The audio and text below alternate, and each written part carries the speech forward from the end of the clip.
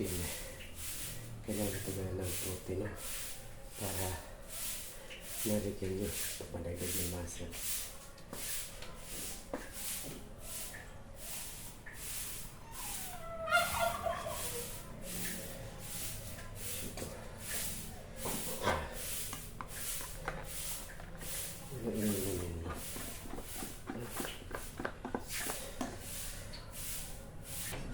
Yan, inom tayo ng protein, no?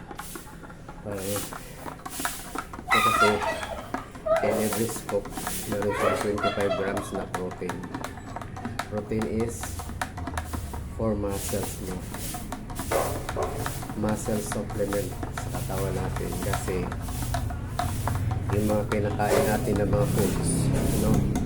Minsan kulang yung protein, so ito additional, no? Sa pamagitan ng protein powder, meron siyang 25 grams in every scoop. So, dagdag na yun sa protein ng mga kinakain natin na galing sa mga food to. So, yun lang.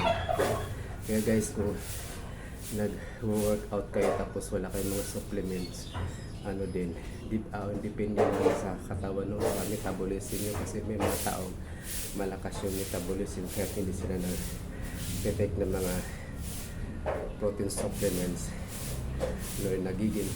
nakakagin din sila ng muscle. So sa atin na matatanda na, kailangan natin ng mga supplements. Hanggang dito na lang guys, no? Iinumin ko na to.